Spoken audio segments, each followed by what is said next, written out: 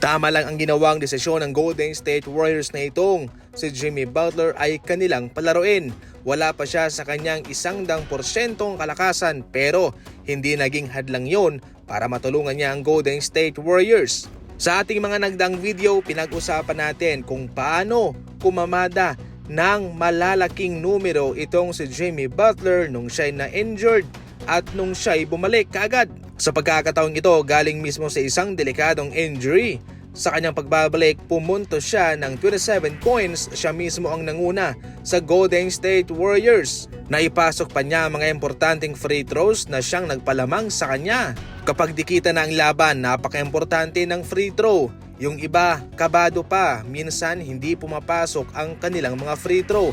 Pero para mismo kay Jimmy Butler, basic lamang iyon kung saan naipasok niya ang lahat ng free throw sa mga clutch time. Sa isang interview pagkatapos ng laban, sinabi mismo ni Jimmy Butler na nakuha na niya ang kanyang kasiyahan. Hindi lang yan, sapagkat sinabi rin po ni Jimmy Butler na kung ibubuwis niya ang kanyang buhay para sa kanyang mga teammates sa Warriors ay gagawin niya dahil sobrang kasiyahan ang kanyang nadarama.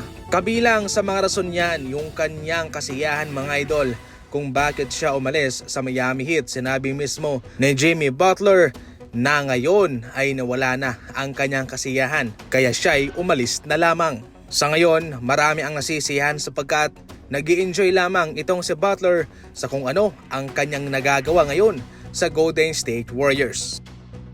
Sa kabilang banda ay hindi naging maganda ang pagtatapos ng serye ng Miami Heat laban sa Cleveland Cavaliers. Ang Miami Heat ay kilala sa kanilang tinatawag na Heat culture. Kahit na malakas man ang kanilang kalaban at sila ay dihado, ay wala silang pakialam. Lalaban sila sa kanilang kakayahan at kanilang tatalunin kahit na sino pa man.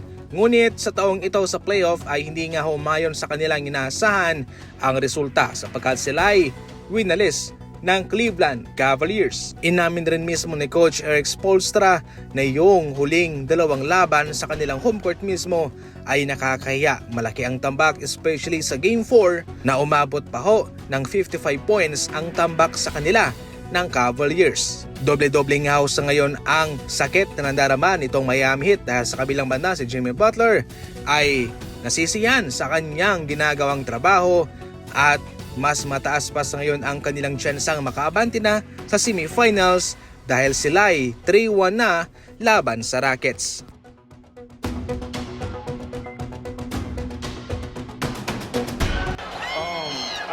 I got my joy back, as some would say.